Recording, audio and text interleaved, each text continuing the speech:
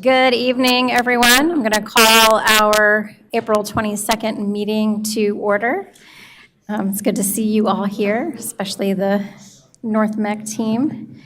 Before we begin, make sure that your phones are silenced so that we can not have any disturbances as we proceed with our business. And then we always begin with a moment of silence, so please join me in doing that if you would like.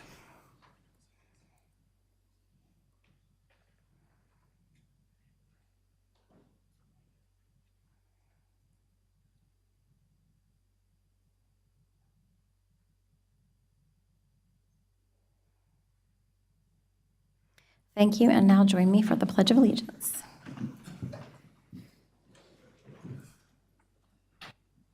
I pledge allegiance to the flag of the United States of America and to the republic for which it stands, one nation, under God, indivisible, with liberty and justice for all.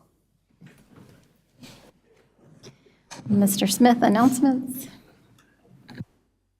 Good evening, everybody. Just one announcement for you this evening, but very important. So from Friday, May 2nd at 9 p.m. to Monday, May 5th at 6 a.m., NCDOT has let us know they're going to close the bridge on Gilead Road that crosses I-77 in order to perform work on the diverging diamond interchange. During that time, motorists will not be able to access the bridge or cross it while work is being completed, and a detour will be in place while the work is completed. If you'll flip slides for me. So this is a map of the detour. Tried to blow it up as large as possible, but basically coming east or west, traffic will be blocked from crossing the bridge and routed onto I-77 from both directions. If you're exiting I-77, you will not be able to turn left onto the bridge to cross it, but you'll be routed down Gilead Road away from the bridge. So we recommend people find an alternate mode of travel to get from east to west in town other than Gilead Road during this time. And that is all I had. Any questions? Thank you.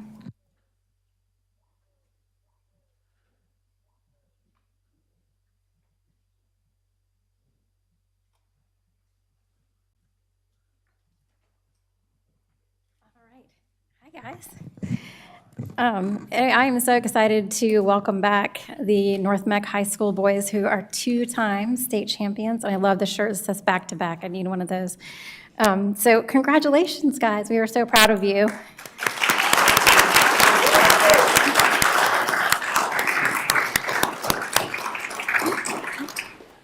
I don't have any kids at North Mech High School. My kids are all in college now, but I have been following your team, watching you grow again this year, showing how dedicated you are, how passionate you are about your teamwork, and how this shows through in their toughness and your grit, that you are willing to put it all on the court and work as a team.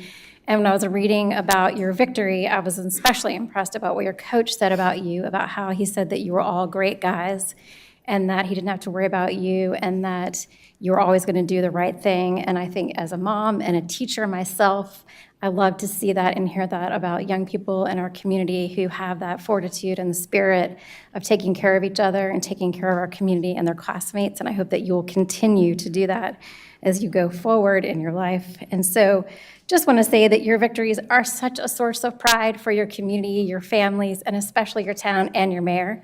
And we are so happy that you are here. Keep shining and keep continuing to do what you do and make us proud and always in your life. So thank you so much. Congratulations.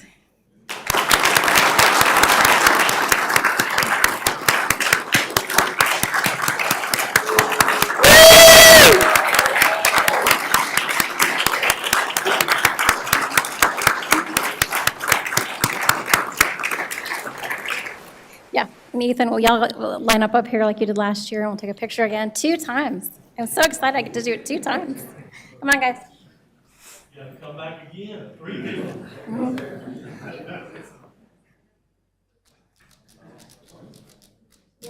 sit back there because y'all are taller than you.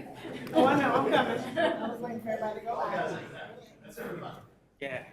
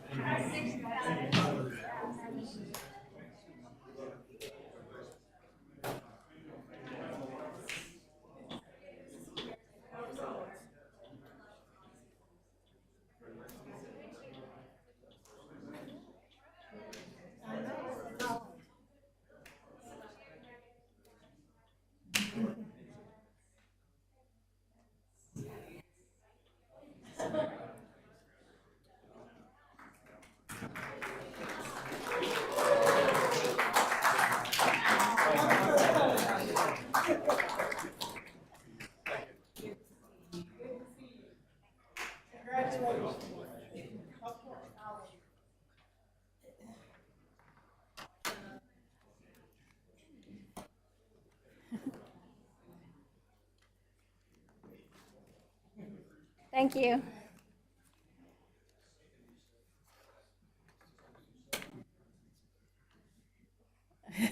All right. Today is Earth Day, in addition to getting to celebrate the basketball team. And so I have a proclamation for Earth Day. April 22nd is celebrated globally as Earth Day, a day dedicated to reflecting upon our responsibility to protect and sustain the natural world for future generations. And whereas the theme for Earth Day 2025 is Our Power, Our Planet, reminds us of the collective power we hold to enact positive changes for our environment and to promote sustainable practices. And whereas we recognize that our actions today significantly impact on the health of our planet, its ecosystems, and all forms of life that depend on a healthy environment, and whereas it is an imperative that we empower communities, individuals, and organizations to harness their collective strength to advocate for policies and practices that promote sustainability and stewardship of our natural resources, and whereas engaging in local and global efforts to combat climate change, conserve biodiversity, and reduce pollution is essential to creating a more sustainable future. And whereas we honor the contributions of individuals and organizations dedicated to environmental stewardship and advocating for a sustainable future. Now, therefore, I, Christy Clark, Mayor of Huntersville, do hereby proclaim 22nd day of April as Earth Day in Huntersville, North Carolina.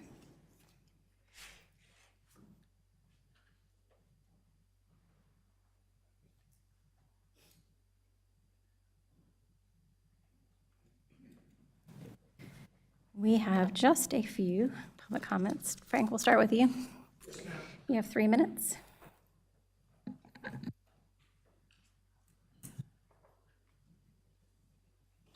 Some eyes on. All right, Madam Mayor, Commissioners, Mr. Roberts, thank you for your service to the town. As a veteran and a military retiree, I'm here to support Commissioner Quill's efforts to open a Veterans Service Office in Huntersville.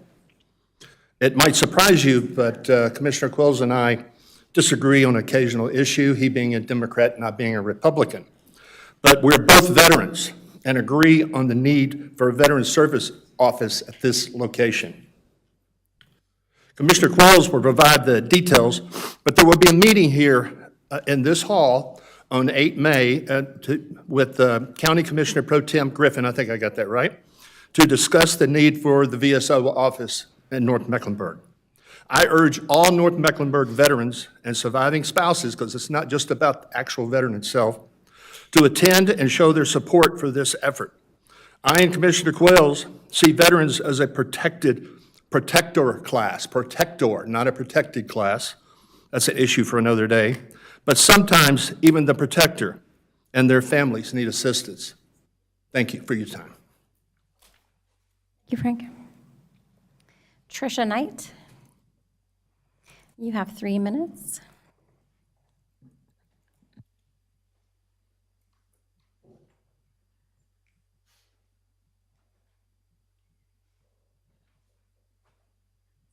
Too much to carry.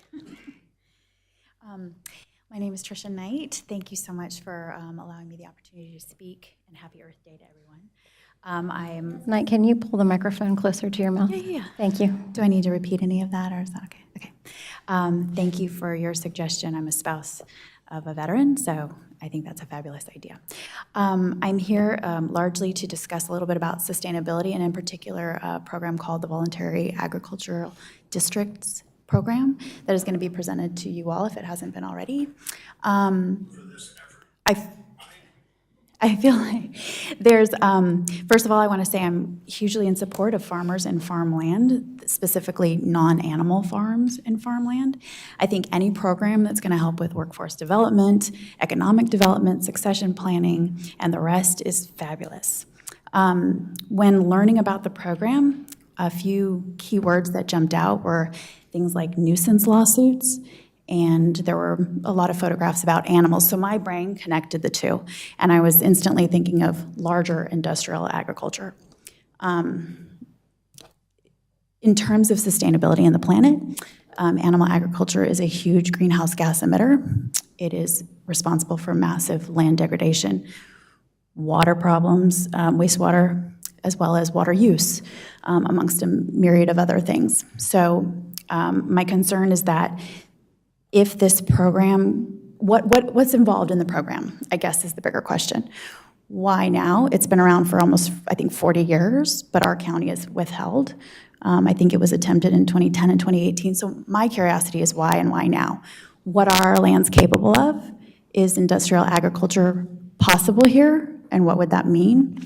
Things like bird flus, that are prevalent right now. So I just ask that before you vote on it is to investigate further about what do citizens lose the right to do for a nuisance lawsuit, if that's a thing. And then also what is possible here. There was also something in the language about water abeyance. I personally didn't understand it, so I would urge you to look at that as well. Again, maybe there's a program that exists that has elements of this particular program to help support the larger farm preservation plan, which sounds also really great, but maybe we as our county do it different. Maybe there's a reason we held out, and maybe we can make some ordinances in place that will help protect animals in a way that we haven't done in the past. Because I think they deserve a voice too, and they don't have it today. So on behalf of them and Earth Day, we'll give the animals a voice. Maybe a hen has to have 5 square feet and touch some grass and have time outdoors a couple hours a day. Maybe that's the least we can do. But maybe our county does it a little different. So I just ask that before voting on it is to give your committee time, your board time to review it and understand a little bit more about it, because I've been trying for 3 months and I'm still learning. So thank you very much. Thank you. Ms. Caldwell? Ms. Caldwell, you're up. And you have 6 minutes because I see Christine over there. Good evening. Thank you for the opportunity to speak. I appreciate my time here, and I appreciate your time coming to hear me. I'm Betty B. Caldwell, and I live at 14521 New Haven Drive. And I'm speaking about gentrification and its impact on Pottstown, East Huntersville, and New Haven Park communities. At the last board meeting, I made remarks, and I am delighted tonight to thank you for your prompt response to some of those issues. And I am raising awareness to these community needs for more oversight. We need more police protections just to ride through the community, just to look and see what you see. If you see something, say something. And so we need the police to please do that for us, because we want to maintain a certain level of quality of life for us in the Pottstown area. The changing landscape is of residents' concerns. The gentrification of these communities has dramatically altered the landscape and demographics of a once predominantly Black neighborhood. Homeowners can afford to live in these prime property areas have moved in, driving up the property values and making it difficult for longtime residents to remain in their homes. This shift has brought a sadness and a sense of loss to the community, but we appreciate those who can come to our community and afford to live in their homes. However, an even more pressing issue is the influx of individuals who relocated to these areas without the financial means to purchase a home. They understand the appeal of living in such a desirable location and wanting to pursue happiness here. For over 100 years, these neighborhoods have been the homes to Black land-owning families who have built their lives and legacies in this space. Unfortunately, the gentrification process has also had unintended consequences. The growing homeless population across Mecklenburg County has led to an increase of individuals seeking shelter in these newly gentrified areas. These people who are not landowners drive into the neighborhoods and find refuge in plain sight. This situation poses a safety threat to both the residents and their quality of life, which challenges their desire to balance and maintain the community's historical and cultural significance. It is crucial to find solutions that address the needs of both existing residents and those who seek to make our neighborhoods their home. And thank you for very much. We appreciate you and hope that you will look closely into our communities, for we need help. Thank you. Thank you, Ms. Caldwell.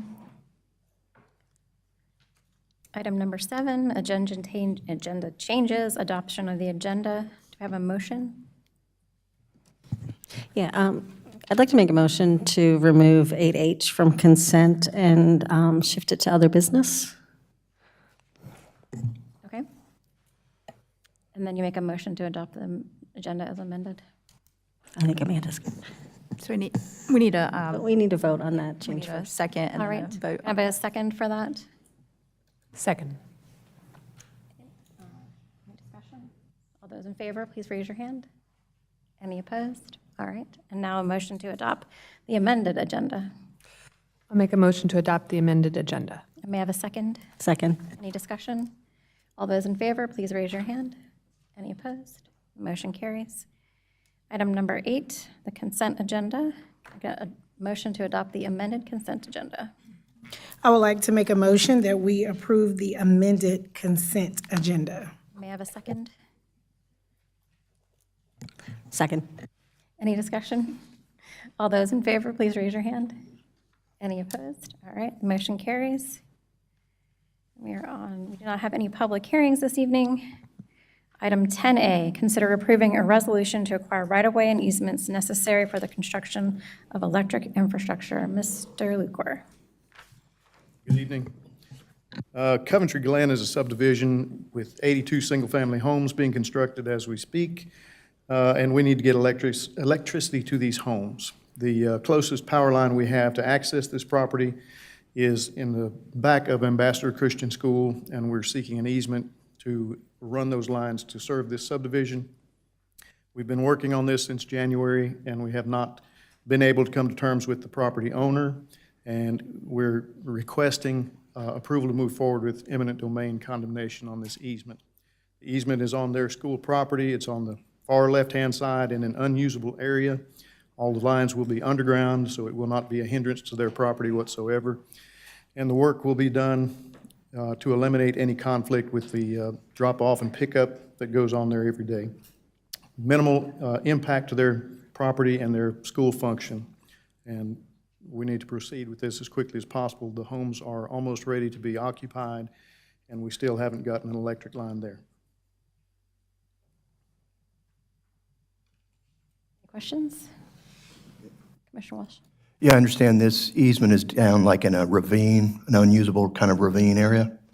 It's on the crest of a ravine, yes. Yeah, okay. It's beyond the usable space. Gotcha, thank you. We've made several offers that are within the assessment amount, I'm assuming. We had a professional property surveyor survey the property, the easement, and appraise the easement.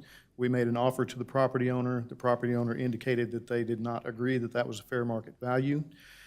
They have yet to respond with a counteroffer after dozens of attempts to say, hey, give us a counteroffer, we're glad to consider it. We have not received any. And just so that a reminder of the process for those watching or here tonight, if we move forward with condemnation, there's still that dollar amount that we have offered available to them. Correct. Thank you. You know, Commissioner Walsh asked about it being a ravine. Do you have an image available to show like exactly where the easement is? I do not have that with me tonight. I apologize. I can send it out. Okay, that's okay. But is it towards the back of the property?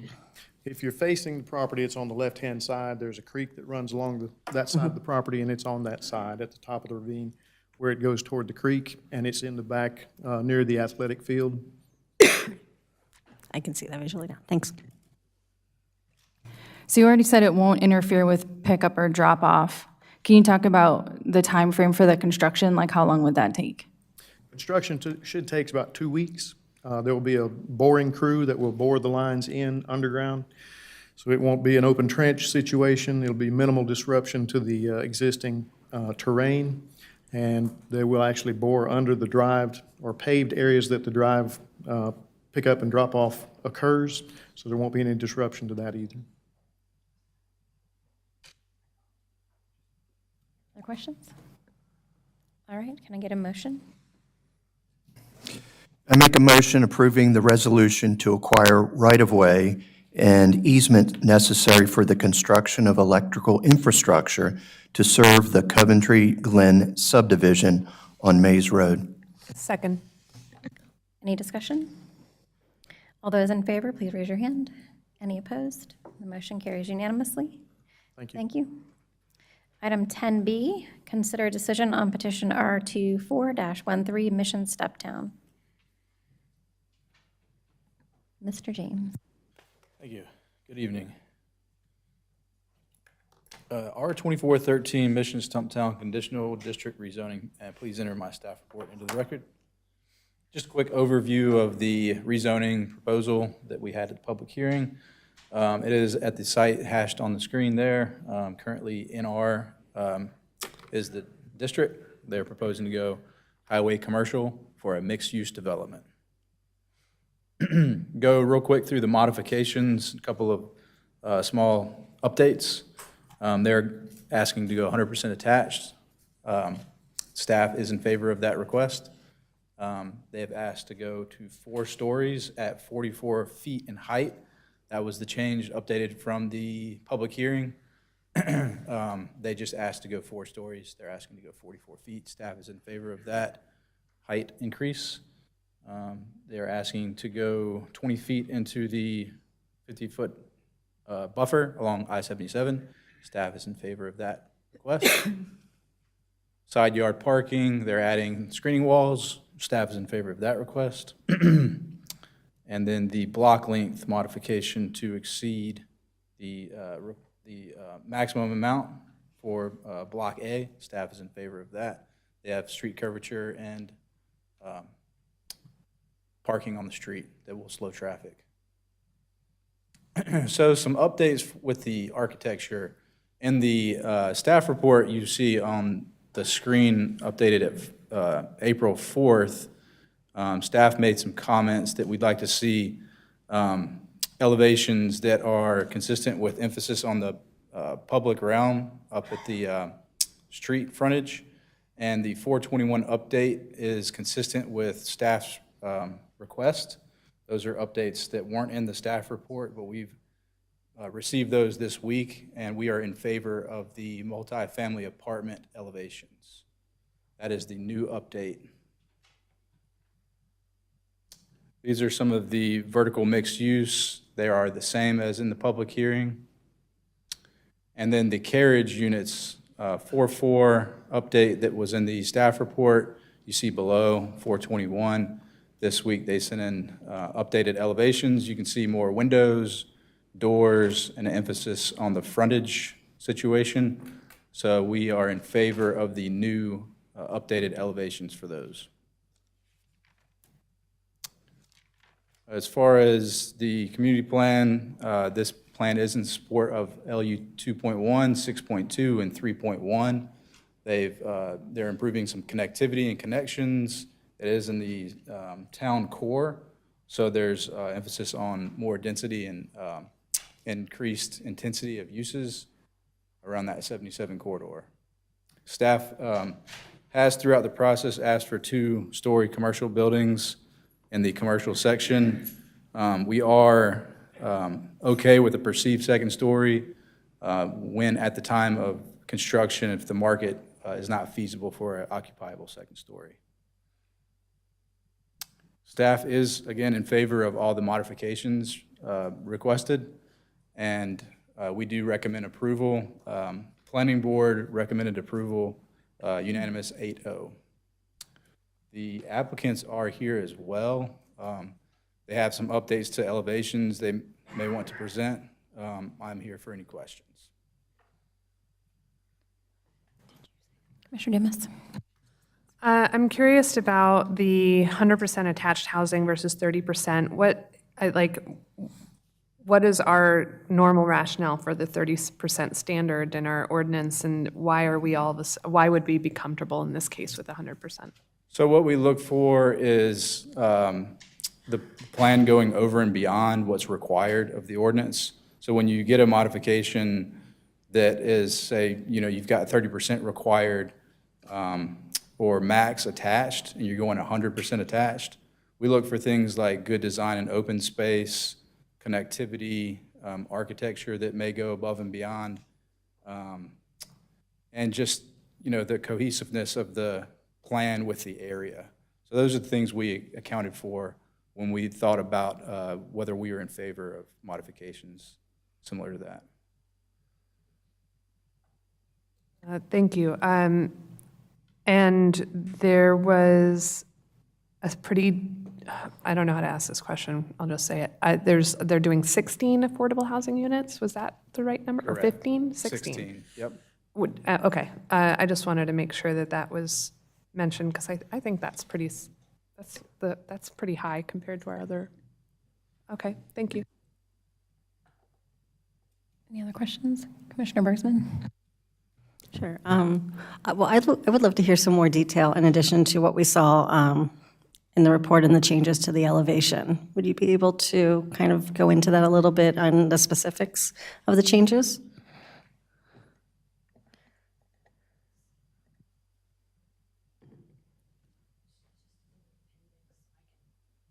You just want to go to the appendix?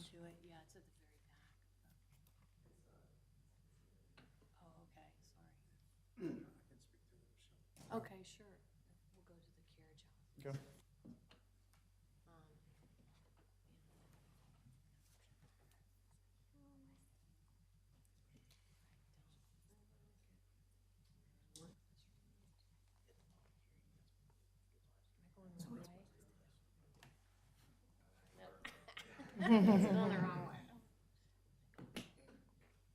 While Susan is finding the comparative slide, good evening, Jason MacArthur with Mission Properties, the applicant. On the Carriage Homes, we met about 10 days ago, maybe 2 weeks ago, with staff to better understand what staff was looking for. And we looked at photographs of buildings that were, in staff's view, a better example of architectural expression. The old version of the carriage house was flat on this elevation you see in this rendering. We've added that second-story balcony that's a covered element. We've added doors up and down to create a rhythm that feels like townhomes, where there are now 3 entry doors, like 3 townhomes would have. We created in between those doors, if you look at that element that's in the gray or the brownish gray section between, or to the left of, my left of the balcony, it mimics a door, but it's not actually a door. But again, it's architectural interest. So if you were walking by or driving by, it almost feels like 5 doors. There are 3 operable doors now in this version. We added a second-story porch. We added a little bit more emphasis to the end unit doors with more glazing beside the doors and above them. We also brought the roof line down. We thought the scale was a little off. There was too much sort of airspace above the top windows to the eave line of the building. We just thought the proportions were wrong, and so we lowered them. These units have 10-foot ceilings, so they're gracious in that respect. But we think this is an improvement. It's not in its final form. I want to emphasize that. It's a work in progress. Every turn from the architect, takes more than a week to get on their schedule, to get revisions, and then invariably, truthfully, we're fighting deadlines to get things back to staff. I think staff, not speaking for them, but I do think they agree that we are moving in the right direction and exhibiting enough good faith there that we will get to a place of mutual approval on this. So those are the primary changes. On the garden building, the 4-story building, most of the changes that we were asked to make were relating to one of 2 things. The roof line, originally, the format of the garden buildings is pretty substantial. We had hipped roof elements on the end, but in between it was just a flat plane. And now we've added this gable element and then bumped up a steeper roof pitch for the middle section to create, instead of 3 roof planes, 6. And so there's much more visual interest there than we had. We strengthened some of the architectural expression with different color patterns along the front, with bigger pilasters for that center gable element to anchor it. And then most notably, you see it here, this building, for reasons of fire code, has to have 2 access points. It can't have 1 central. It doesn't meet life safety requirements, so there are 2. But we've made those features much more prominent now. There's a 2-story lobby at each end. There's 2 stories of glass proposed. There's a lid on it and much more substantial columns than we had on previous versions. Those are in response to staff requests. Okay, perfect, yeah, and I definitely agreed with staff on that. I definitely feel this is an improvement and appreciate the changes and the work you put into that. So thank you. The only other question I have is in regards to the affordable housing units, and just refresh my memory, because I know we've had, like, for example, like Birkdale is offering theirs in perpetuity. Is that the same offer that you have, or what is the time frame that Our offer you're is able to commit 15 to? years. We started at 10. Staff asked for more, asked for 30. We settled at 15. I just remind you that we're a small developer that's financing this with lenders who are profit motivated and with investors who have a return expectation. We can't compel the lenders or the investors to participate in the project except for reasons of profit. The give on that's coming solely from the developer, from me and my partner. And, you know, we went as far as we could go on that. In our experience, perpetual is a long time and ends up being an objection when you go to sell the asset. Anytime there's a limitation or some form of an encumbrance, we have found that buyers need to believe there is some sunset to it. Perpetual is just a long, long time.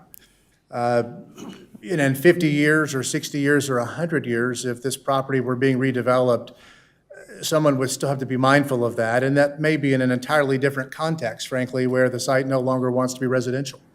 Maybe it would be some kind of transportation node, and yet there's some remnant from zoning that requires 16 affordable units to be built on site. So we believe that sunsetting it at some point is necessary for the viability of the project. And we hope that as new projects come online, and if they have a component of affordable housing, over time, that base of affordable units increases from our 16 to something exponentially more because new projects have delivered that also are serving that need. And we feel like we will have done our part, so to speak, after 15 years.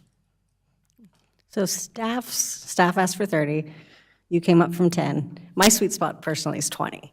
Is that something you'd be willing to? No, I'm sorry, I don't mean to be ugly, but we said it before, and I didn't say it laughingly. We're at our point of breaking. Okay. I can't commit to a project that I'm going to fail on, that I know at the onset I can't succeed. 15's a heavy lift. I appreciate the ask, but I really meant it. 15 is all we think we can offer. There's just not enough meat on the bone to give more. I wish there were, but if I said yes to that, you'd never see this project be built. You'd see it just on paper. That's just the honest truth. Okay, so for 15, will all of the 16 units have the same, will they look identical and be identical in terms of what they offer to all the other units? We're not setting aside 16 unique units. Okay. So year to year, the complexion of those 16 units will change, depending on who comes through the door. We don't know at the onset who's coming through the door, but we know at all times 16 of our units need to accommodate this requirement for affordable housing. And so some years that may be a disproportionate share of 2 bedrooms, other years 1s. We don't know, but the units there will not be a set aside set of units with inferior finishes, with inferior views, with smaller floor plans. All of the units we built to the same standard. And it's our goal that those people would be distributed throughout the community and not relegated to some sort of second tier. We're not an airline. There's not economy and business class. Everybody here is going to have the same treatment. Yeah.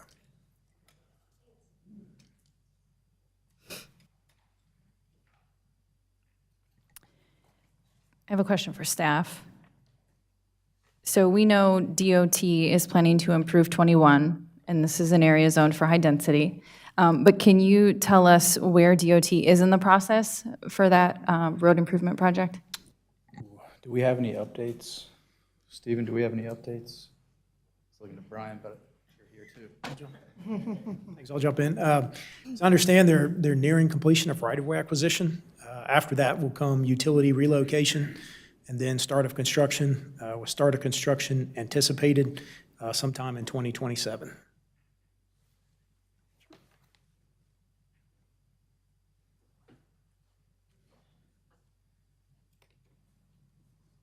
No other questions? Okay. Do we have a motion? I make a motion to approve petition R 24-13, Mission Stumptown, with the following conditions. 1, the requested modifications are approved. However, Plan Note number 16 shall be amended to remove the last sentence of the note. 2, the current multifamily architectural design shall be revised to, at a minimum, meet ordinance standards with the goal of going above and beyond. 3, applicants shall commit to offer 16 attainable housing units as set forth in the rezoning plans. 4, all outstanding planning, transportation, stormwater, and engineering comments or red line shall be addressed. With these conditions, the petition is consistent with policies LU 2.1, LU 6.2, T3, and T3.1 of the Huntersville 2040 Community Plan. It is reasonable and in the public interest to approve the petition because the plan adds a key future road connection in Maridi Avenue, which will eventually connect Stumptown Road south to Huntersville Gateway Development along Statesville Road and consistent with the 2040 Community Plan. And may I have a second? I'll second that. Any discussion? Commissioner Rivers? I just want to say to the applicant, I appreciate you for going above and beyond and listening to staff and listening to the comments that were given to you. This morning, we received a letter from the owner, the landowner, and she was very impressed with the work that you have done in working with her and her family.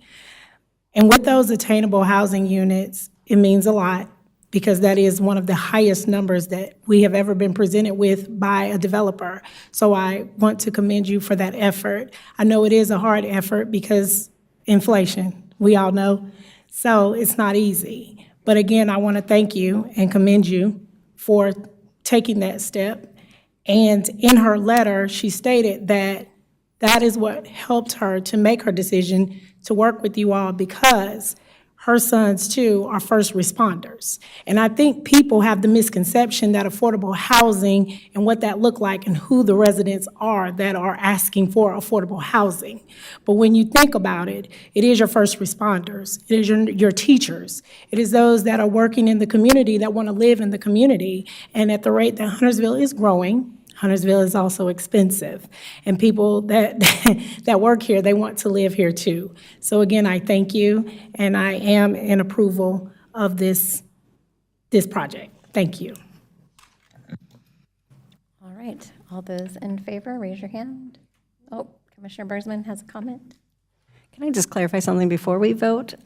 So in the motion with the conditions in regards to the 16 units, do we have in the rezoning plans mentioned the 15 years? Yes. Okay, just want to make sure. Thanks. Okay, and now, all those in favor, please raise your hand. Any opposed? The motion carries unanimously. Thank you, Mr. James. Item 10C, consider a decision on R24-14, a request by Linda Long to rezone. Mr. Priest. Good evening. Thank you very much. So yes, our 2414 Commerce Station Industrial. This originally came to the board a few months ago, so just wanted to give a little bit of background reminder and catch up where we are. So again, the Hatch property is to the east side and the end of Commerce Station Drive behind Southwire, the big tower. So the property is zoned corporate business and is asking for corporate business conditional district, not changing the zoning district. So quick highlights, again, not mixed use, but more of a flex use for 500,000 square feet, Lot 1 and Lot 2 on the north side of the plan there. The purpose for the rezoning, since it's CB, is to modify the swim buffer requirements and the corporate business buffer requirements and the block length for Commerce Station Drive. Again, the highlight of this plan as well is a stub of a private drive built to public street standards back to the landfill, which would allow them to connect and then stop going out on Holbrook, which is not necessarily built up to the standards to handle those heavy trucks, and come out on a commercial street. So that's a big benefit there. Quick update on the plan from the last time the board saw this rezoning application. It was clarified that lots 3 and 4, the ones south of the Veerhoff Drive there, next to the existing building, those lots are going to be retained by the current property owner. And so there is no site plan, there's no proposed development at this time for that property, so there's no conditions on it. And staff was kind of asking that question, well, what about lot 3? And that's the answer. There is nothing proposed right now. In the future, it would just develop per the ordinance requirements at the time of the construction application, once it's submitted. Rezoning considerations, the modifications we talked about, the swim buffer, the picture on the right-hand side, is a stream buffer that is being encroached upon through the conditional rezoning application. The applicants are asking for a modification of that. And we talked about CB buffer. The modification request previously to the board was to approve no sidewalk along that private drive that goes back to the landfill, as discussed. The applicant has changed that, put in sidewalk and street trees. Per staff's recommendation, they've done that, but they are asking to go from 7 feet down to 5 feet to be consistent with what's already out there in Commerce Station Drive, and staff is supportive of that. So the big consideration and discussion for this project was actually in regard to Veerhoff Drive extension. So as discussed previously and outlined in the staff report, we have an alignment currently, and that's the red alignment you see there of the drive that would come east to west through the, or west to east, excuse me, through the property. So we have an alignment, but we are currently, the town is currently starting the process to work with the planning organization, regional planning organization, to think about modifying that alignment, changing it and switching it up a little bit. So the question became, how does this site plan affect or marry up to where we might have the updated alignment? Are we going to remove some alignments that we might want if there's a new building there through this process? So we've been trying to work with the applicant to try to identify that, and we've worked in a pretty good way to kind of iron that out. So just giving a summation, you've got different alignments. What you see here, you have an orange alignment, you've got a purple alignment that the town's consultants have worked through and given a recommendation on as far as we think these would work. They're preliminary, they're not the end-all be-all. There still has to be a public process where we go through and we talk to the property owners, we talk to everyone, but these are ones that our consultants came up with as a recommendation preliminarily. Now, in regard to the site plan tonight, of course, the red alignment, the applicants are able to accommodate that. And the orange alignment, if you look at the call out and the blow up on the bottom left-hand side of the screen, we see that with just some driveway modifications, even the far north orange alignment could still work with the applicant's site plan. So at the time, later on, assuming the orange alignment was chosen and Veerhoff Drive was constructed by the town and NCDOT, the town or NCDOT would work to change the driveway into the configuration you see there, and then the operation could work. So orange works, red works. The purple is, again, for a future development that is no proposed building at this time, so there are no conflicts. So going through this process, we've just eliminated the question, well, is this going to hurt our realignment efforts? The answer at this time, we feel, is no, although it's still preliminary. Is there a potential risk that we should say, hey, it could go further north than orange? Yes, there is, but we think that this exercise has reduced that likelihood. And so that's kind of where we are with that. We think that works.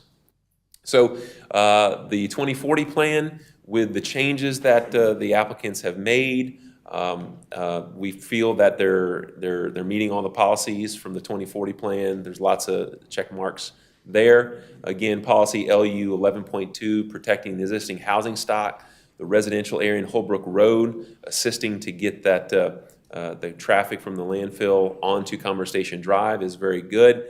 Then policy LU 8.2, higher design standards. They are conditioning the application for their mitigation, disturbing the stream, to put those mitigation credits into the county project for Cane Creek. That's coming up soon. So improving local, very local water quality in Huntersville. So that's a good win there. Recommendations. Staff recommends approval. There are some conditions there. The Planning Board met back in February and recommended unanimous approval as well with the staff conditions. Staff's recommendations right now are just some tweaks in regard to the notes. I won't read those out, but if you have any questions about them, I'll be happy to answer them. So that'll conclude my presentation. I'll be happy to answer any questions that you have. The applicants are here and they do have a presentation if you'd like to hear that as well. Any questions? No questions. Okay. May I have a motion? I make a motion to approve petition R24-14 Commerce Station Industrial with the following conditions. 1, the requested modifications are approved, but notes 14F and 14C shall be amended as follows. Note 14F shall be amended to reserve and dedicate the right-of-way for any future Veerhoff alignment between the current red alignment and orange alignment on Lot 2. Note 14C shall be amended to state that water quality mitigation fees shall be applied to the Mecklenburg County Cane Creek project, if allowed by Mecklenburg County. 2, urban open space shall be added to the plan at the corner of Commerce Station Drive and the public access drive, or at another location that connects the buildings on Lot 1 and 2 to the pedestrian realm per Article 7.11.1 of the zoning ordinance. And 3, all outstanding planning staff comments and red lines shall be addressed.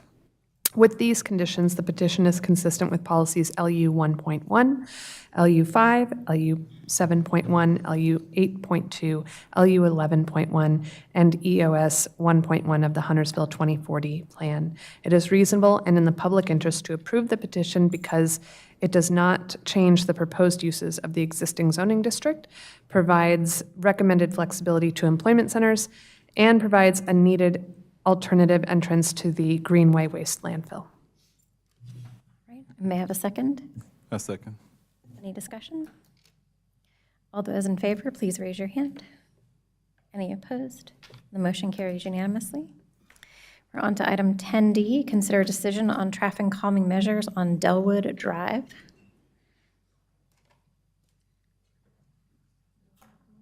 No, you just state that you need. I would like to state that I will need to recuse myself due to conflict of interest. Can we make a motion? All right, can I get a motion to recuse Commissioner Rivers from item 10D? Motion to recuse Commissioner Rivers from item 10D. May I have a second? Second. Any discussion? All right, all those in favor, please raise your hand. Any opposed? All right, Commissioner Rivers, you are recused.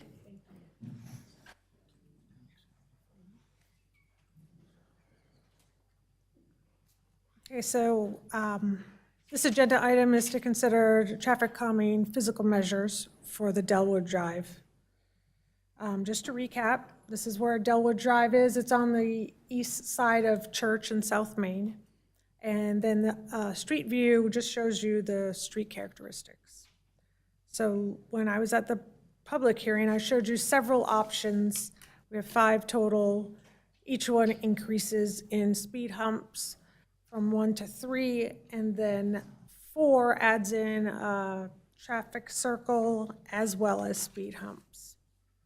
At the public hearing, the majority of the speakers suggested more than 1 speed hump. The community's preference, after we, Ms. Rachel and I figured it out, we were discussing option 2, which is 2 speed humps. Option 4 has 2 speed humps and a mini circle. With discussions with fire and police, their preference is 2 or 3 speed humps. The engineering department's recommending 2 or 3 speed humps as well. That's really what I have. If you have any questions, I have some other slides if you need to see other things. Any questions? No questions? And so we need a motion with a preference here. Anybody want to weigh in? I make a motion to approve traffic calming measures on Dalewood Drive in the form of option 3 with 3 speed humps. 3 speed humps. Option 3, 3 speed humps. It's on the screen. Can I get a second? Second. Any discussion? Wasn't it the community's preference to do 2? They said 2, Okay. or the 2 and the traffic circle. Yeah, 2 is. I revise it. I make a motion to approve the traffic calming measures on Dalewood Drive in the form of option 2 with 2 speed humps. Yep, that makes more sense. All right, can I get a second on the revised motion? Second. All right, any further discussion? Well, Stephen had mentioned at some point that we could add on later, right? Because we could do like a phased approach. We could see, hey, maybe we need to go back and add something, right? That's an option later. Okay, thanks. There's adequate room with the 500-foot spacing to put a traffic circle or additional humps on either ends at a later date. Okay.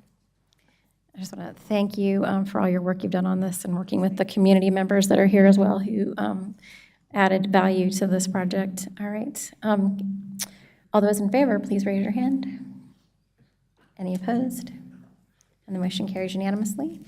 And now I need a motion to bring back Commissioner Rivers. I make a motion to bring back Commissioner Rivers from recusal. And may I have a second? Second. Any discussion? All those in favor, please raise your hand. Any opposed? All right. Thank you, Ms. Loop.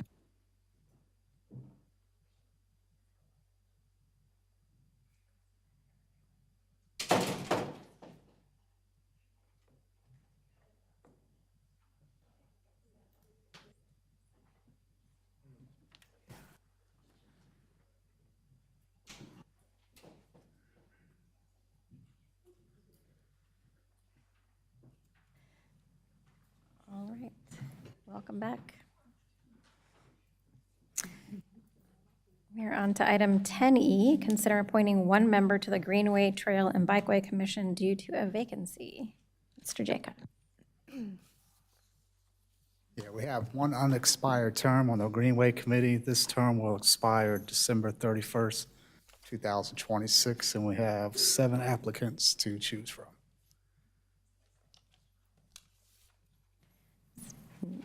Commissioner Bergsman, you want to start us off? I nominate Christopher Price. Commissioner Quarles? Amy Abernathy. Same. Abernathy? Yeah. Okay. Amy Abernathy. Commissioner Amy Abernathy. Rivers? Amy Abernathy. All right, then can I get a motion to appoint Amy Abernathy to the Greenway Bike and Trails?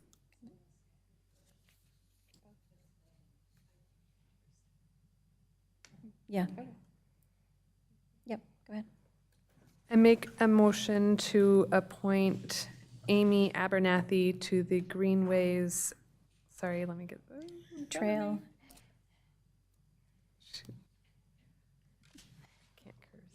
Greenway Trail and Bikeway Commission due to a vacancy. May I have a second? A second.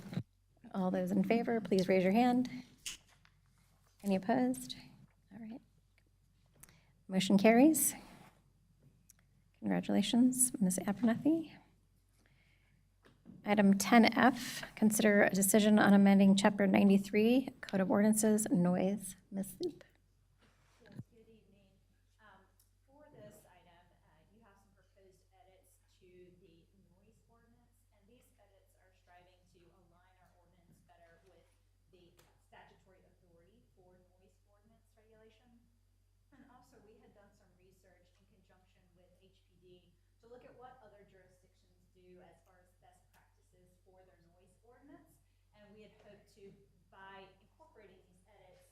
move more towards what best practices are in other jurisdictions. Also, we had received some commentary from the public regarding engine brake, or you could also call it compression brake or mechanical exhaust devices. And so these edits will also prohibit that as one of the enumerated prohibited acts in our noise ordinance. And so just to clarify, this item, we will need to vote on it tonight, but it will come back for a second vote at your next meeting because the noise ordinance does carry with it a potential for a misdemeanor charge, which is a criminal charge, as an enforcement mechanism.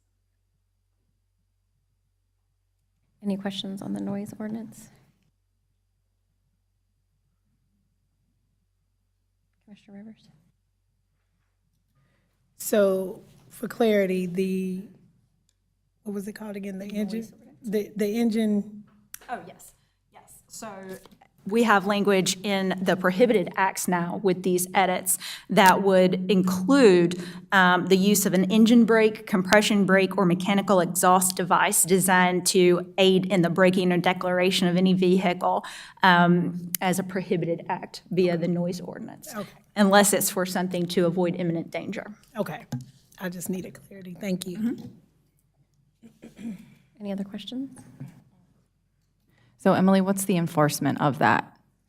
We have various options, including the misdemeanor charge. We can also write a citation to include a civil penalty. Usually it is going to be a citation or a charge, but we do have the option to also issue a misdemeanor charge. Any other questions? All right, can I get a motion for item 10F? I make a motion to amend the Town of Huntersville Code of Ordinances, Chapter 93, Article 3 of the Code of Ordinances, noise. And can we get a second? I second. Any discussion? All those in favor, please raise your hand. Any opposed? Motion carries unanimously. Item number 10G, consider approval of management service contracts with Liv. Ms. Loop.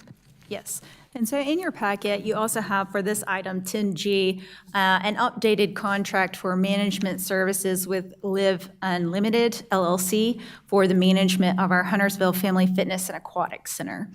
And we have a couple slides that will show some of the updates that are being made to the contract. So the first slide just shows what some of the components of the management services are. They include programming, staffing, marketing, scheduling, billing, collection, financial reporting, and also management of the maintenance of the building. There would be other tasks, of course, as directed by the Board of Commissioners. Also on this slide, you have what the management fee structure would be for the 5 years of the contract.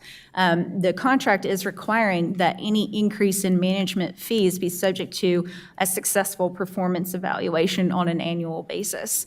And then again, as I mentioned with the previous slide, the board will be adopting annual goals for LIV, and those goals will be assessed during the annual evaluation. Any questions? Commissioner Bergsman? Yeah, I just had one or two. Bobby, I don't know if this is better for you, or is there someone in the room from county? For HFFA? Oh my God, no, sorry.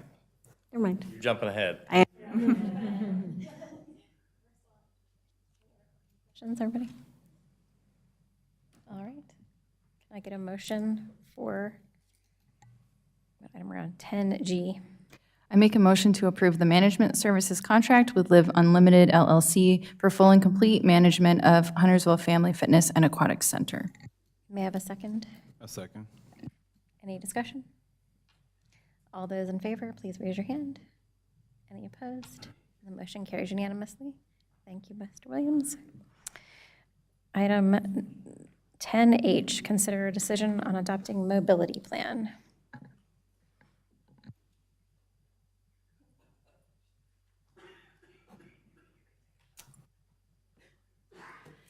Good evening. I'm here tonight to ask for your consideration to adopt the mobility plan. I've got some slides to review what we went over at your last meeting and the steps that we've taken since that last meeting to bring this to your consideration tonight. So as you'll recall, we were here on April 1st to review the plan.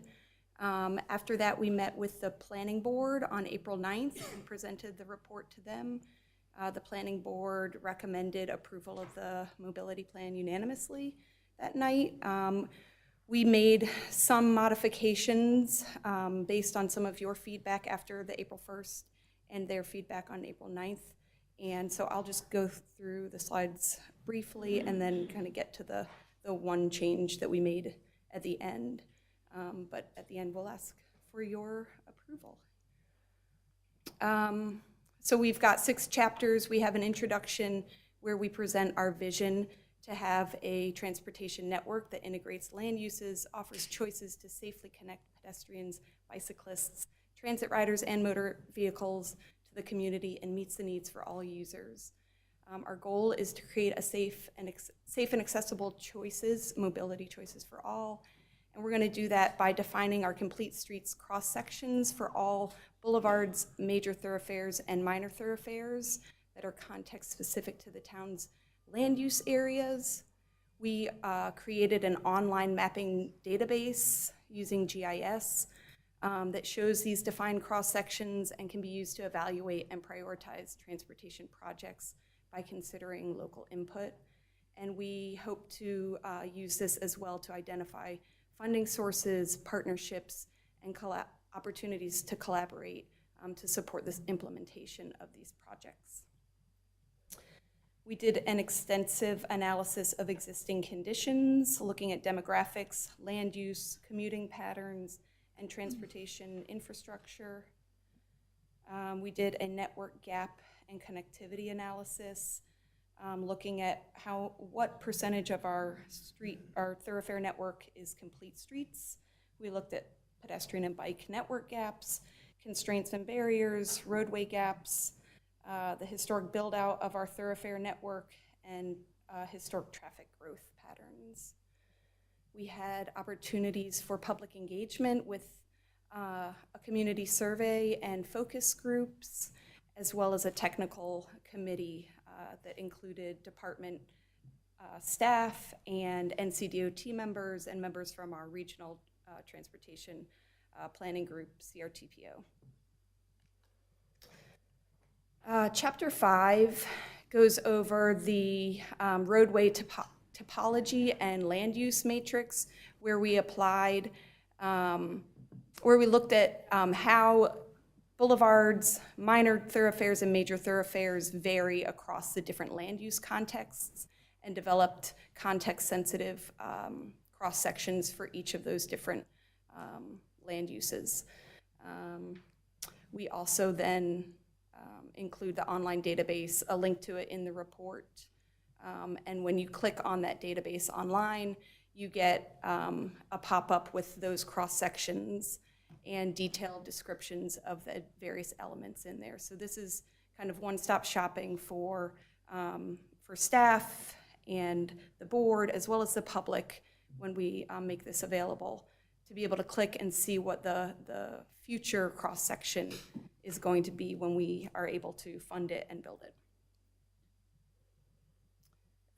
And then we list out all the projects based on their implementation steps, meaning the steps that it'll take to achieve that full cross-section, whether it's a new road construction or a roadway widening or complete streets reconstruction.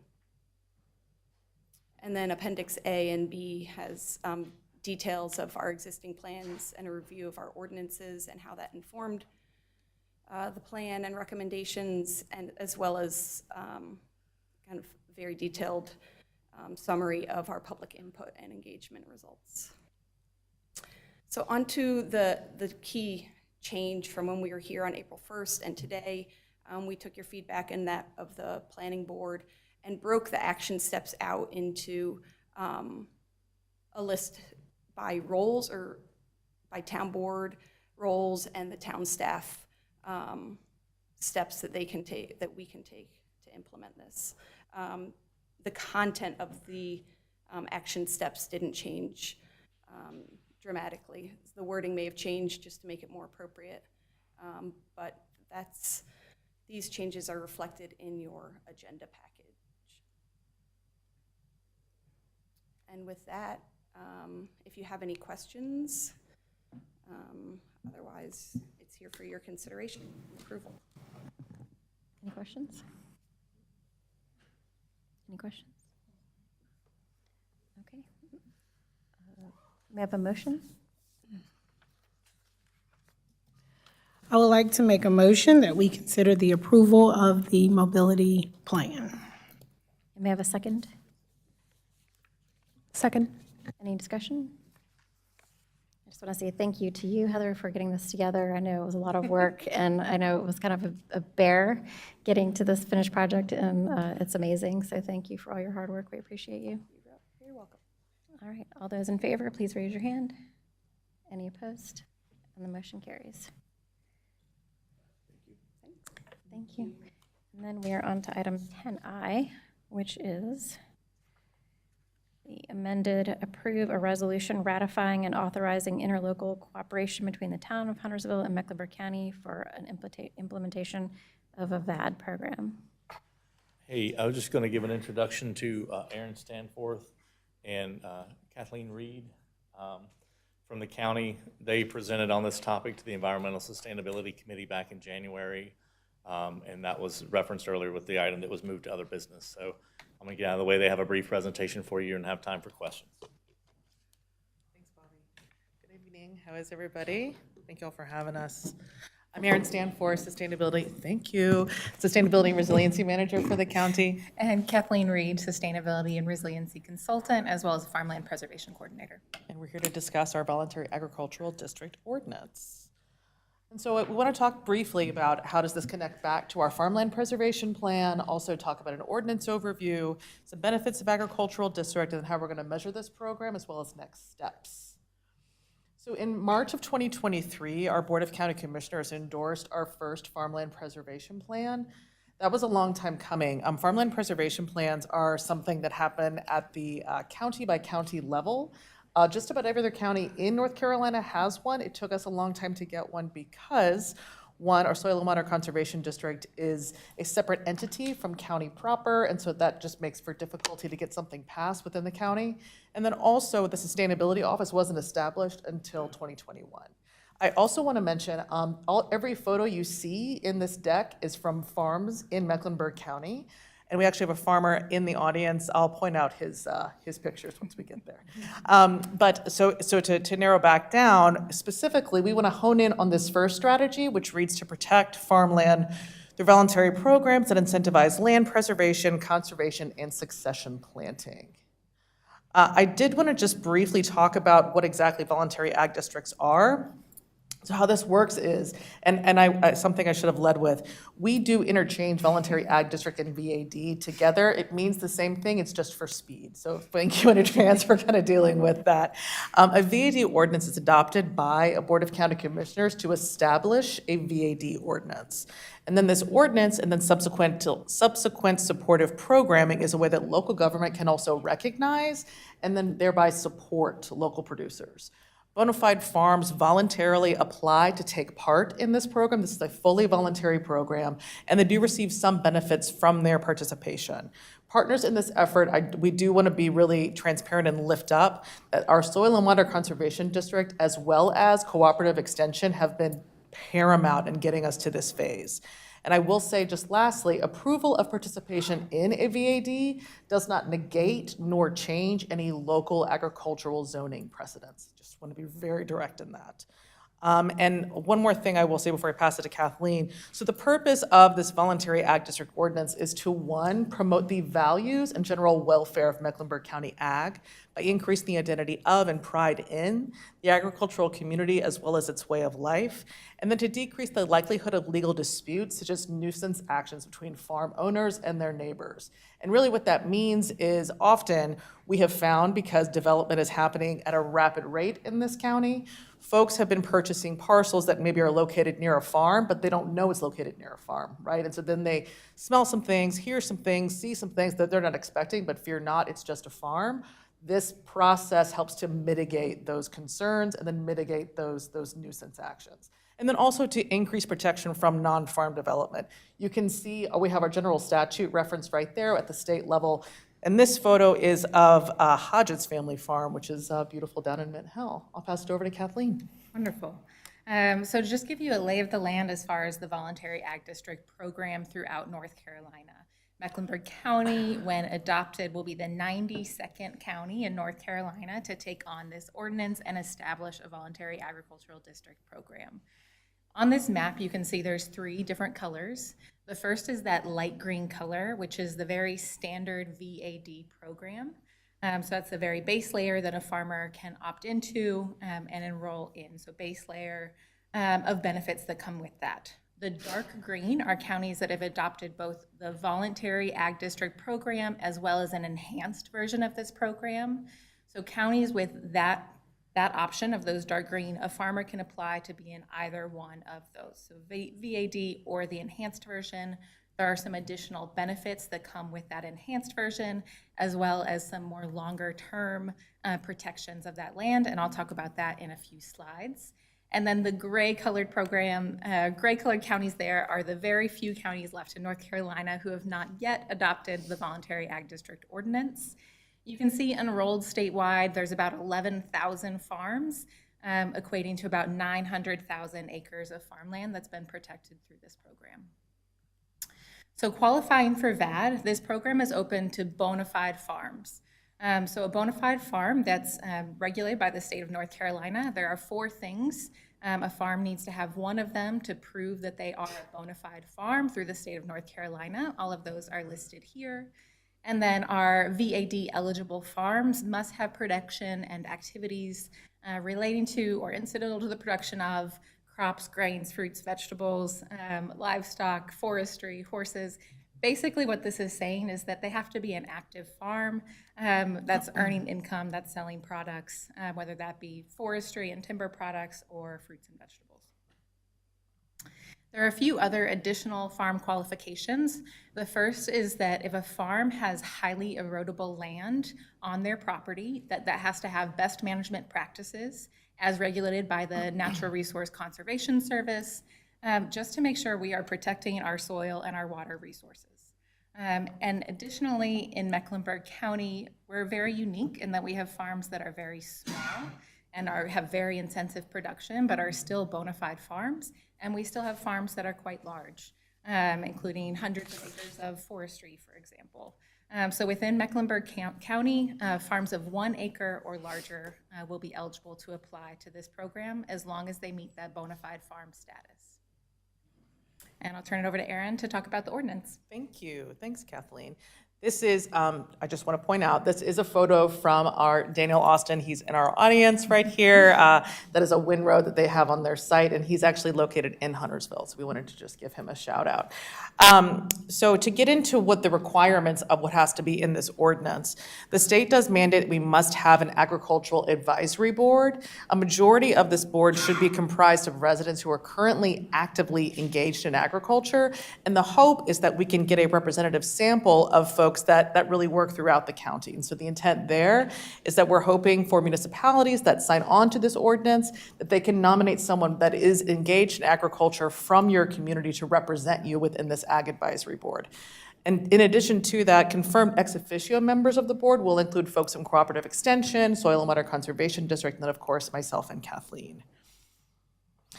In addition to that, there must be a conservation agreement between Mecklenburg County and the farm in question. So the overall goal of the agreement is to prohibit non-farm use or development. You can see the details listed here below. I do want to say that this agreement must be 10 years. It is a 10-year-long agreement. It's automatically renewed until the landowner chooses to not be within the program any longer. This may include restrictions on non-farm construction, removal of soil, et cetera. A big difference here is that for the VAD, just regular VAD, the agreement is not required to be recorded with our Registrar of Deeds, whereas the enhanced VAD agreements are in fact recorded. VAD agreements are revocable with written notice, just regular baseline VAD, that light green we showed you a few slides ago. Enhanced VAD agreements are irrevocable for 10 years. That's a really important distinction there. And the formation of a district is triggered by the execution of this agreement between the landowner and Mecklenburg County.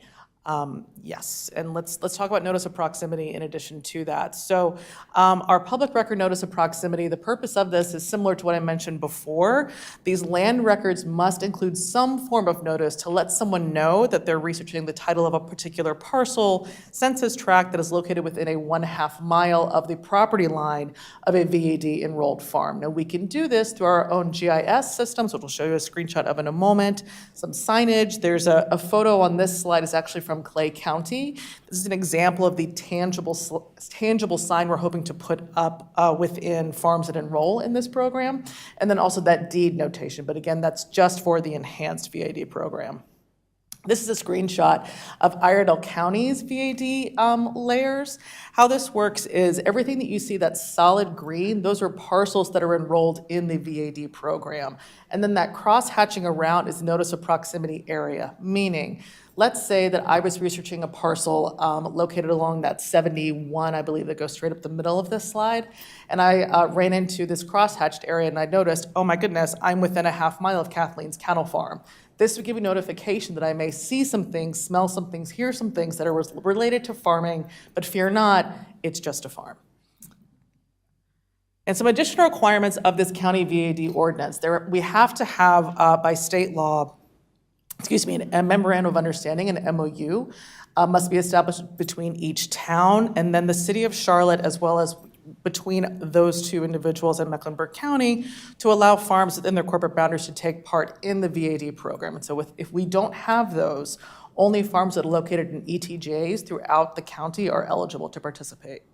Additionally, the North Carolina Department of Ag and Consumer Services does state that we have to record the past ordinance with them, along with just information each year on progress made.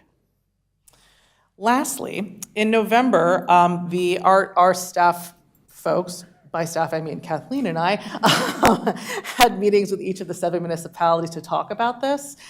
Just to have this initial conversation. And again, as I mentioned before, each municipality will have the opportunity to nominate an individual actively engaged in agriculture to this Ag Advisory Board. Once this VAD is established and MOUs are in place, there is no additional requirements for municipalities in the running of the program. And we want to be really transparent and state that there are no costs nor financial benefits to municipalities associated with this VAD program. And I'll pass it back to Kathleen. Great, thank you. So we want to talk a little bit about the benefits of establishing an agricultural district program. So first, for the larger county, this is a voluntary program for our farmers, and it's a low-cost way to support land conservation. It helps promote agriculture and our agricultural and our farm businesses within the county. It helps maintain those agricultural areas for the benefit of all county residents. We know Mecklenburg County is losing farmland. This is an important topic to be talking about right now. So this is a program that helps to increase that protection, and then also supports environmental sustainability and resiliency by preserving our land resources, our soil resources, helping to protect our air and our water. So there are a few benefits to those who participate directly in the program. So for the farmers, the first is a public hearing, and then the additional is the enhanced version that we've been mentioning throughout the presentation. So first, the public hearing. This is an optional benefit that we intend to include in the Mecklenburg County ordinance. So this is an option to include in the ordinance that no state or local public agency or governmental unit may formally initiate an action to condemn any qualifying farmland within a VAD until a public hearing request has gone through the Agricultural Advisory Board.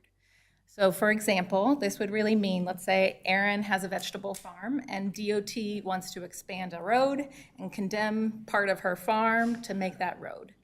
Erin is enrolled in the VAD, so she is already a member of this. Her farm is enrolled, has been in the program. DOT would then have to make that request to our Ag Advisory Board for a public hearing. This is already happening in 91 other counties, so this is not a surprise to any of those state entities that this is something that happens. So it becomes kind of a regular part of business if there is any action to condemn. So then that appeal has to be made to hold a public hearing. The public hearing is held. What this really does is it increases the voice of our farmers, where right now that's not really a thing that happens if their land was to be condemned by one of these public entities. So the farmer, and for this example, DOT, would both come to the table and state their case. Other people would be able to come in, talk about those proposed projects, and the Ag Advisory Board would issue a ruling. I do want to add to this just a really important distinction. So these hearings, while they are public and they are publicly accessible and what have you, they are not legally binding. And I want to be really direct in stating that. Now, we have also learned there have been a few public hearings for folks that are enrolled in VADs in other counties where the public hearing findings have been used in lawsuits about the particular project in question, but not specific to the county. So I just want to be really direct in that. And so it's really that visibility and the increased voice that this part and this option really help. And the other optional benefit is that enhanced voluntary ag district option. So again, as Aaron mentioned, this is a 10-year irrevocable conservation agreement signed between the county and the landowner. This agreement, after that initial 10 years, will continue to renew in perpetuity for 3 years. So 10 years and then 3 years and 3 years until that landowner decides to pull themselves out of the program, and then that would be struck from the deed because that is something that is written on their deed that they are in this enhanced version of the program. Those who enroll in the enhanced version of the program receive all of the benefits of the VAD. So for example, the public hearing, as well as the visibility with signage and GIS, but may also receive up to 25% of gross sales from non-farm products. They get a higher percentage of cost share funds under the North Carolina Ag Cost Share Program, and may also receive priority consideration for grants. And so there are some additional financial benefits. They're not tax benefits, but there are some additional perks to help with that longer-term, more stringent preservation of land. And I'll turn it over to Aaron to bring us home. Thanks. And so we did want to share out what exactly farmland is looking like currently from macro scale in Mecklenburg County. The map on the right-hand side that you see, everything that is a color, and some of the colors are, there's orange, I believe there's, yes, orange, red, and blue. Those are current active agricultural parcels in Mecklenburg County. Everything that is gray was at one time an agricultural parcel and is no longer zoned as such. We do plan to track this via an online application as well as our tracking system to track all farms as well as farmers. We plan to receive regular reports from our Agricultural Advisory Board on the number of applicants, approved farms, and approved acres. And that GIS data layer, similar to the one I showed you from Iredell County, we're planning on doing that as well. Currently, there are over 10,000 acres that are denoted as agricultural land in Mecklenburg County. Around 2,000 of those are here in Huntersville within the town and ETJ limits. Our goal is to have 500 acres enrolled in the VAD/EVAD by June of 2026. Oh, I pressed the wrong button, sorry. Sorry. And so in terms of timeline and next steps, so we have been, as we mentioned before, we've met with all 7 municipalities. We've given some additional presentations to Huntersville, Davidson, Mint Hill, and Cornelius. We hope to have these MOUs in place this spring. We did present to our Board of County Commissioners in March, and we received a resounding endorsement. And then we hope to have this ordinance passed via a consent item at a BOCC general meeting to then actually establish the VAD. And then once that occurs, then we'll open the applications for the board, Agricultural Advisory Board, excuse me, and then once all of that occurs, then we can actually open the VAD for straight applications. And so with that, we'll take any questions. Thank you all for giving us so much time. Yeah, just a clarification. About 5 slides back, you talked about the idea of NCDOT was going to build a road, but it's not legally binding. And can you clarify? I got a little confused there. The condemnation of land. So let's say they're putting a road in, and so right now that can happen, and a public hearing doesn't have to happen. Nothing other than an agreement between DOT and that landowner. And so this, rather than that happening, gets elevated to a public hearing so that there can be more conversation. It offers the opportunity for those two parties to potentially come to more of a compromise. and to find maybe a way that doesn't cut through the middle of a farm or things like that. And so it's really raising the voice of the farmer to give them a platform to state their case and to work out something that might, a place for that road, for example, that might be more beneficial than directly through. I got you. So, but ultimately NCDOT could? They still could. Okay. Absolutely. I heard the word non-binding and I was trying to figure out where Yeah, that. so it's just that, so let's say that the Agricultural Advisory Board issues a ruling that says DOT has other options than putting their road directly through the farm. DOT could still do that. I got you. But it gives that space and that time for those two parties to come to, hopefully, some sort of a. Yeah, thank you. I just want to lift up a few of the questions that we heard earlier. Could you be a little bit more specific about the type of farming we have in Huntersville? Certainly. So there are, I want to say mixed use, and that's not the term at all. I would say folks that are growing literal agriculture, so fruits, vegetables.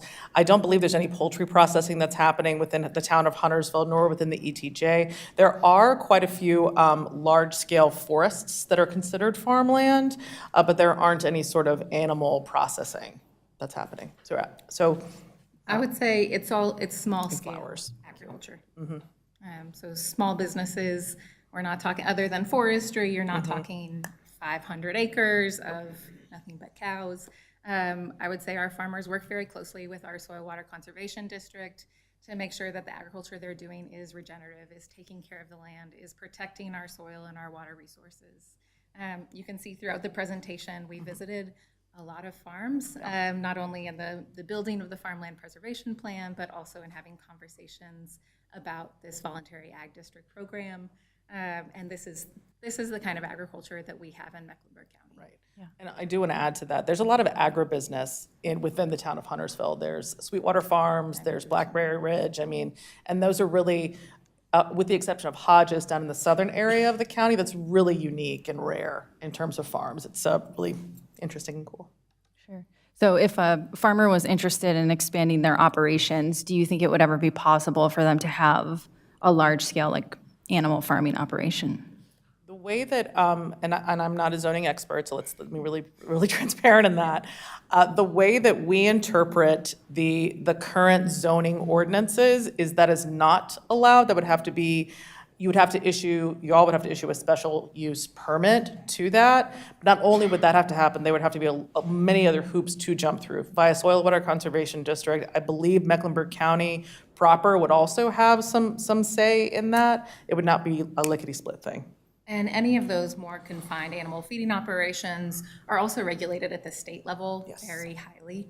And so there's also a whole layer of things that have to happen at the state level for something like that to exist. There are not currently any farm that meets that definition operating in Mecklenburg County. Okay, thank you for that. And can you explain what water abeyance is? You can start, sure. So I think what was being mentioned is there's another in where it's coming from the state ordinance, so the general statute, so Article 61, it's not in here because it's not applicable to Mecklenburg County. So there is an option to waive the connection fee for farms in this. So let's say new lines are being run, they can waive their opportunity to connect to that and the fees associated with that for a certain amount of time. We've had the conversation with Charlotte Water, and it's not a fee that they actually charge. And so that's not applicable in Mecklenburg County for this ordinance and is not included. Gotcha. Okay. Thank you. That's it. Yeah, thank you. Do you have an idea of how many of the farmers that are in Huntersville are interested in participating? Have you done kind of a? So we've spoken with roughly 50 farmers within the county, and I do want to make this statement by also saying that we are the government, and so there are agricultural folks that don't necessarily want to have conversations with us. That being said, of the 50 folks we've spoken with, no one has said no. Everyone has been overwhelmingly supportive and interested in this. Okay. And I think especially when you look back, if you think back to that North Carolina map, that we would be the 92nd county. Yeah. Our farmers are generally aware that this program exists. We operate in a corridor in Mecklenburg County that's surrounded by that dark green, so all counties that touch us have the the regular and the enhanced version of this program. So there's probably even some farmers who own land in surrounding counties who are already potentially part of this program in other counties. Thank you. I just want to clarify, the Sustainability Committee, I know that they saw this, they voted in favor of it, correct? Yes. Yeah. Yes. Okay, thank you. I think it just wasn't unanimous. It wasn't unanimous, yeah. Any other questions? Okay. I think we need a motion for item 10I. I make a motion to approve the resolution ratifying and authorizing interlocal cooperation between the Town of Huntersville and Mecklenburg County for the implementation of the Voluntary Agricultural District Program within the jurisdiction of the Town of Huntersville. And may I have a second? I'll second. Any discussion? Yep, Commissioner Hitt. So thank you for coming out here tonight to share the details about the VAD. I really appreciate that. I'm super grateful to our remaining farmers. Daniel, thank you for being here in Huntersville and their interest in the VAD and farmland preservation in general. I think this is a really important step in farmland preservation, and I'm super thrilled to support this, so thank you. Thank you for your time. Appreciate it. All those in favor, please raise your hand. Any opposed? The motion carries unanimously. Thank you. All right. Item number 11, closing comments. Commissioner Rivers. I know my mom is watching, so I wanted to tell her happy 78th birthday tomorrow. Yes, so Mommy, happy birthday. Love you. That's it.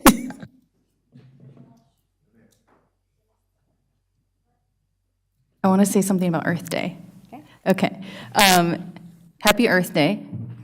I want to encourage everyone to treat every day like it's Earth Day, and if you're looking for more ways to live sustainably, there are some easy tips to get you started, from ditching single-use plastics like water bottles, bags, and straws, and switching to reusable ones, avoiding fast fashion brands whose practices contribute to environmental degradation, and shop secondhand or join clothing swaps.